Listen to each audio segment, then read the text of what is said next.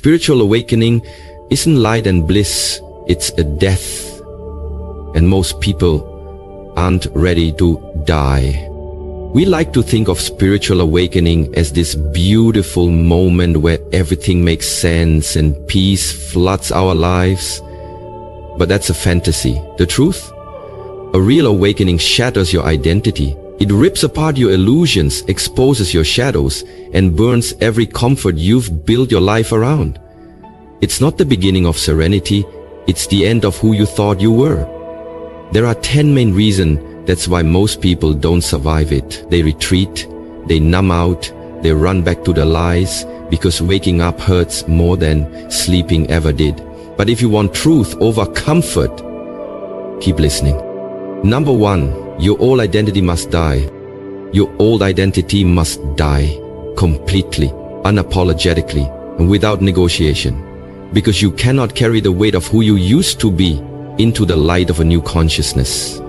The version of you that was shaped by survival, by trauma, by society conditioning, by fear, and by ego is not equipped to walk the path of spiritual truth.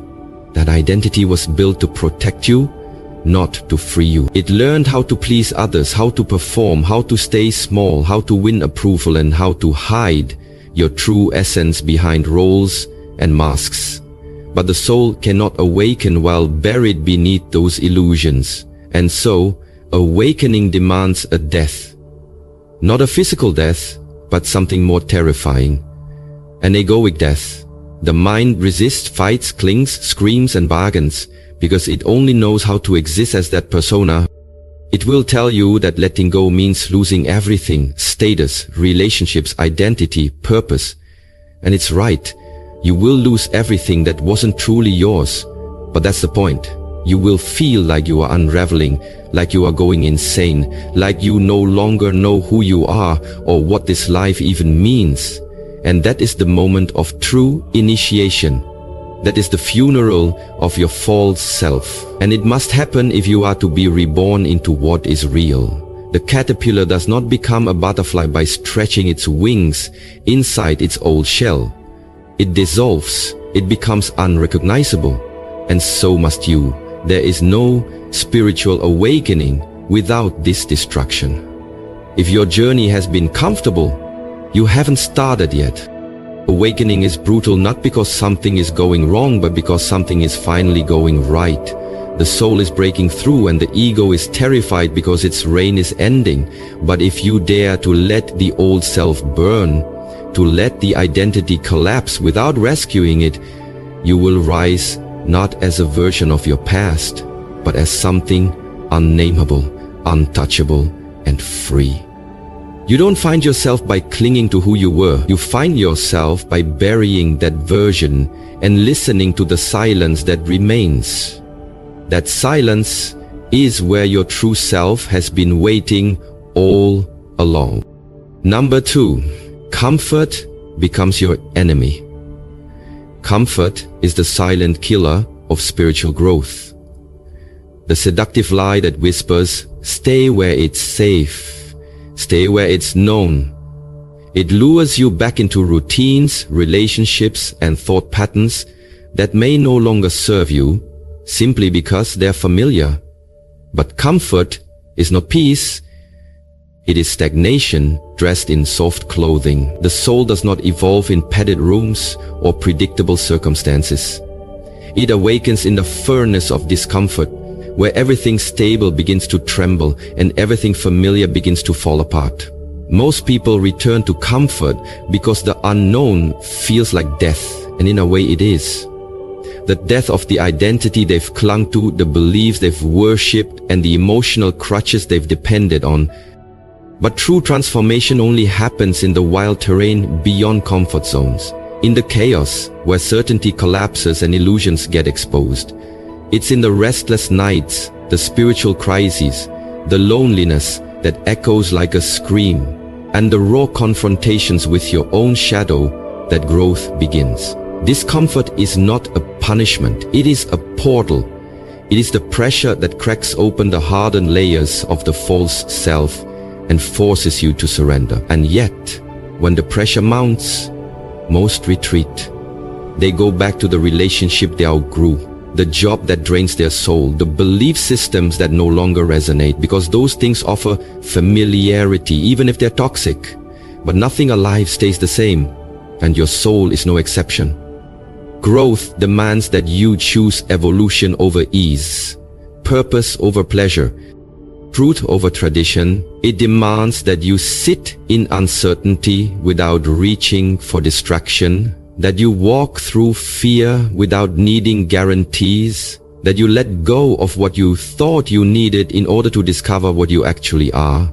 Spiritual awakening begins the moment you stop asking, "How do I stay comfortable through this?"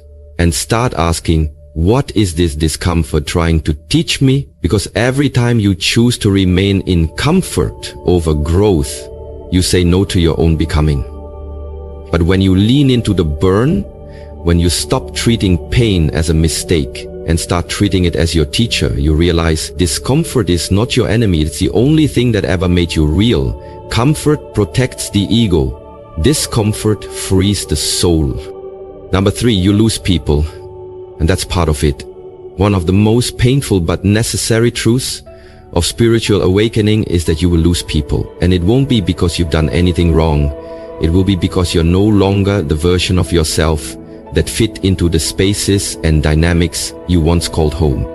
When you shift internally, when your awareness deepens, and your values begin to align with your soul rather than your conditioning, your external world cannot stay the same. Relationships built on your old identity start to crack. Not because you don't love those people, but because love built on illusions can't withstand truth. Friends you once laughed with may feel like strangers. Family members who once celebrated you may now look at you with confusion, judgment, or even rejection. They'll say you changed, and they're right. You're not the same. You're no longer willing to dim your light to be accepted, no longer able to lie to yourself just to keep the peace, no longer interested in playing roles that suffocate your spirit. And as painful as it is, this is not a sign of failure. It's a sign of authenticity. It's not that you're broken, it's that you're becoming real. And the more real you become, the more you'll feel the friction between your truth and the identities others want you to maintain. Some people were never in love with you, they were in love with your compliance, your agreeableness, your predictability. The moment you begin to walk your own path, you stop being convenient to those who preferred you, silent, small, or easy to manage. But this loss is sacred. It clears the space for soul-aligned connections, for relationships that honor your truth rather than suppress it.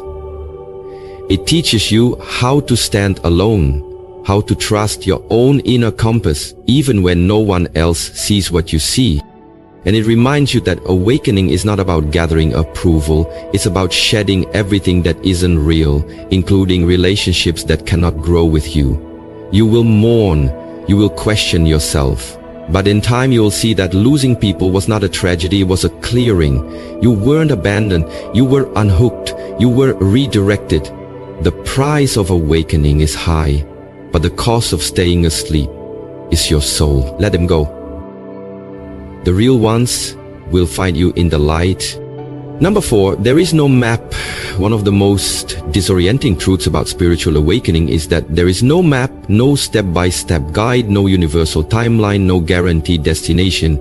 And that reality terrifies the mind, which is addicted to control, predictability, and structure. The mind craves certainty. It wants a checklist, a roadmap, a teacher who can say, do this, and you'll arrive. But awakening doesn't work like that. It is not a neat journey. It is messy, non-linear, and deeply personal. What liberates one person may feel meaningless to another. What feels like progress one day may feel like regression the next. There are moments of clarity followed by complete confusion, joy followed by unbearable grief, stillness followed by inner storms, and all of it is part of the process. The mind wants to label these fluctuations as success or failure, forward or backward, but the soul knows better. The path is not a straight line, it's a spiral. and it often takes you deeper before it lifts you higher. You may revisit the same emotional wounds again and again, not because you're stuck, but because each time you're peeling back another layer, facing the pain with more presence, more awareness, more courage. And this lack of structure, this unfolding without instructions, breaks down the mental frameworks you've used to navigate life. It forces you to let go of the illusion that someone else has the answers, that there is a perfect formula, that you can master awakening like a school subject. You can't. This is not a destination you reach by effort alone. It's a surrender into what you already are, beneath the noise of conditioning. That's why the mind panics. It cannot control what is not linear. But that's also why the soul expands. Because freedom was never meant to be found inside the walls of predictability. The absence of a map isn't a flaw in the journey. It's the very thing that makes the journey sacred. It requires trust in the unknown, faith in the unfolding, and a willingness to walk blind while feeling everything fully. You are not here to follow someone else's path. You are here to walk your own, even if no one understands it, even if you don't understand it. Because awakening is not about reaching a fixed endpoint. It's about becoming radically honest, deeply present, and fully alive in a process that can't be controlled, only surrendered to. Number 5, your mind will turn against you. During a spiritual awakening, one of the most jarring and often terrifying experiences is realizing that your own mind, the very thing you've relied on to navigate life, can and will turn against you. As soon as you begin to peel back the layers of your conditioned self and step toward truth, the inner voices that once whispered beneath the surface rise up in full force. Doubt screams that you're delusional. Fear insists that you're unsafe without the structures you're shedding. Shame creeps in and tells you that you're not worthy of this transformation, that you're broken, that you'll be abandoned. These voices are not new. They've always been there, but awakening removes the distractions that kept them hidden. And that's what makes it feel unbearable. You're no longer numbing, avoiding, or unconsciously agreeing with them. Instead, you're sitting in raw, unfiltered silence where they echo the loudest. The mind, especially when faced with the collapse of its old identity, reacts like a cornered animal. It will do everything it can to maintain control. It will fabricate chaos, invent imaginary futures, drag up past traumas, and loop you in obsessive thought patterns just to pull you back into the comfort of unconsciousness. But here's the paradox: this chaos is not a sign of failure. It's a sign of progress. These voices are rising because you've disturbed them. They don't want to be seen, because to be seen is to be exposed, and to be exposed is to be transformed. Awakening brings light to the parts of yourself you've disowned: the inner critic, the wounded child, the anxious mind, the part of you that believes love must be earned through suffering. And when you bring awareness to these parts instead of running from them, you reclaim power over your own inner landscape. But make no mistake, this confrontation is brutal. It's not romantic or easy or linear. There will be nights where you question your sanity, where it feels like your mind is eating itself alive, and the temptation to shut it all down will be immense. But if you can sit in that fire, if you can listen without believing, observe without attaching, and feel without fleeing, then something miraculous happens. The mind begins to quiet, not because it has been conquered, but because it has been seen with compassion. And that's where the shift begins, not by silencing the mind, but by no longer being ruled by it. Number 6, solitude is a requirement, not a side effect. Solitude is not some unfortunate byproduct of spiritual awakening. It is the requirement, the crucible, the sacred space where the real work begins. You won't awaken in a crowd, because awakening demands a level of intimacy with yourself that cannot happen when you are surrounded by noise, distraction, or the expectations of others. In solitude, all the masks fall away. There is no one left to impress, no one to validate you, no one to rescue you from your own reflection. And while that level of stillness can feel unbearable at first, it is in those quiet, stripped down moments when no one is watching, when no one is affirming your worth, that you finally come face to face with the truth of who you are. Not who you pretended to be, not who the world told you to become, but the raw, unfiltered being underneath all the stories. And yes, it can be lonely, deeply, achingly lonely. Because when you start to detach from the external world, you realize just how much of your identity was built through relationships, roles, social feedback and noise. But in that void, something extraordinary happens. Your soul starts to speak. In the silence, you hear the subtle callings of your truth.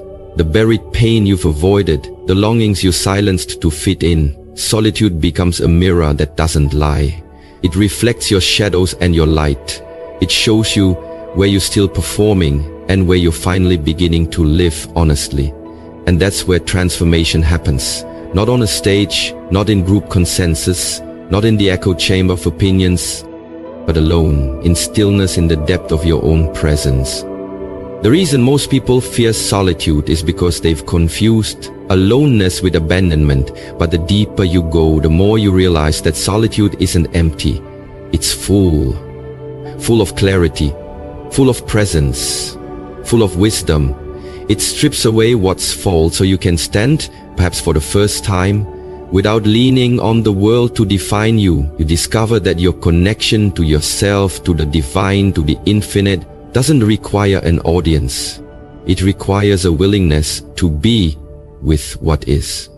And in that sacred silence, where you are no longer performing, but simply being, awakening doesn't just begin, it becomes inevitable. Number 7, you must unlearn everything. Spiritual awakening is not an accumulation of knowledge. It's a dismantling, a shedding, a radical unlearning of everything you thought you knew. We've been conditioned to believe that the path to truth lies in adding more wisdom, more practices, more books, more spiritual jargon. But real awakening isn't about stacking truths on top of all lies. It's about stripping everything away until only what's real remains. It's about unlearning the beliefs you inherited from your parents, your culture, your religion, your trauma, the stories that told you who you were supposed to be, what life is supposed to look like, and what's worthy of love. Awakening demands that you question everything, even the things that once gave you comfort and identity. It asks you to let go of labels, doctrines, achievements, and social roles, not because they're inherently wrong, but because you've confused them with you. And so the process feels like destruction. It is the dismantling of the mental scaffolding you built your life upon. The ego will panic because it equates unlearning with loss. But what you're losing are illusions. You were not born broken or incomplete. You were born whole. But from the moment you entered the world, you were taught otherwise. Taught to seek approval, to fear failure, to chase happiness outside of yourself, to see separation where there is unity. Awakening is the slow, often painful peeling away of all those lies. It's realizing that many of your thoughts aren't even yours. They're echoes of systems, survival mechanisms, and outdated beliefs passed down like heirlooms. And this process is not glamorous. There's no applause, no external validation. Just a deep unraveling that often leaves you feeling like you know less now than you ever did before. But that emptiness, that not knowing, is the beginning of truth. Because when you let go of what you were taught to believe, you create space for what your soul has always known. You don't awaken by becoming more. You awaken by becoming less of who you were told to be and more of who you already are. The truth doesn't need to be learned, it needs to be revealed. And that revelation can only happen when you're brave enough to unlearn everything, stand in the nakedness of your being, and trust that what's left after the illusion dies is not a void, but freedom. Number 8. You'll crave numbing but need presence when the pain of spiritual awakening rises to the surface, and it will, often without warning. Your instinct will be to run. You'll crave distraction, comfort, anything to pull you away from the rawness.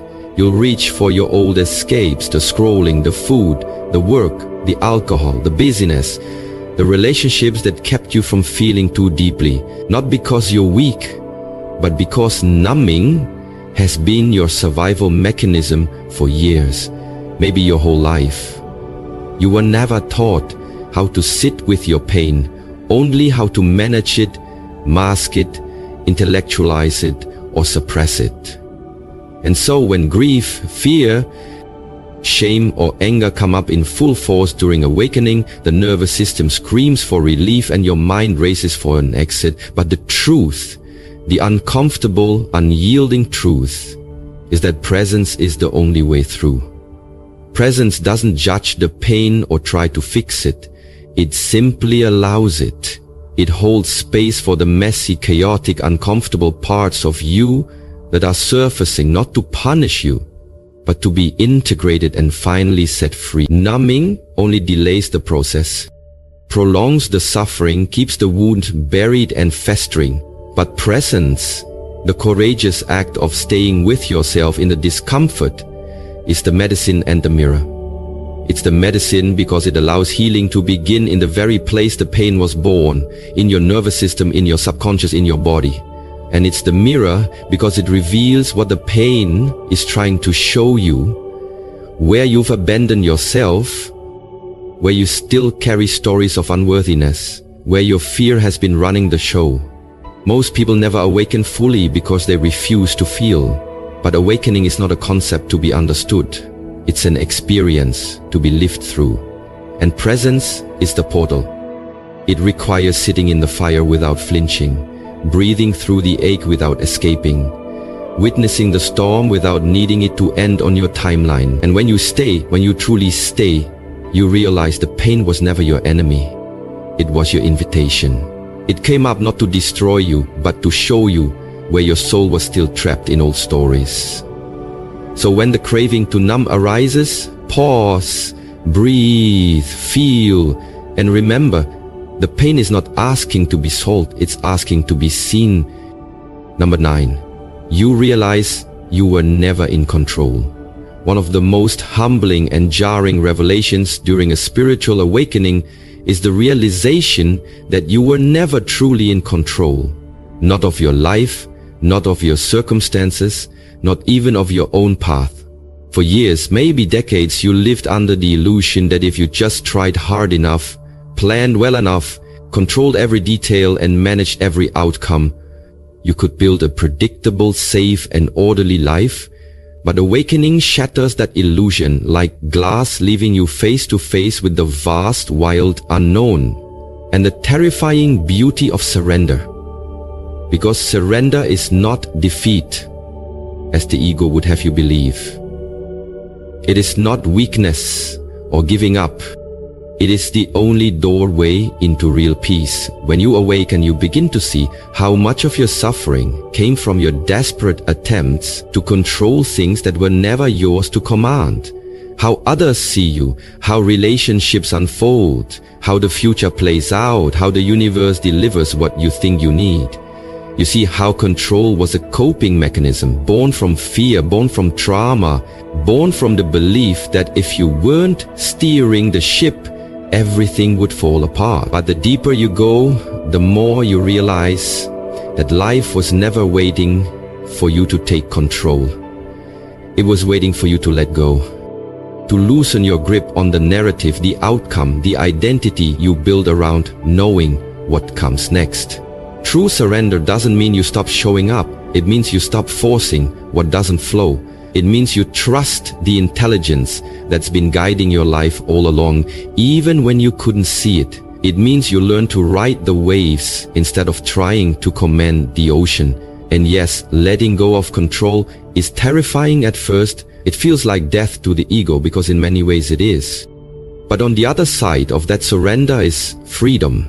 Real freedom. The kind that doesn't depend on perfect plans or external circumstances. The kind that lets you breathe deeper, live softer, and move with grace, even in the unknown. You were never driving, you were never meant to. And when you finally stop gripping the wheel and allow life to unfold through you, not because of you, you find what control could never offer: peace, alignment, and the quiet knowing that everything is happening exactly as it's meant to. Number 10. Most people stop at the pain. Most people, when faced with the pain of awakening, stop right there.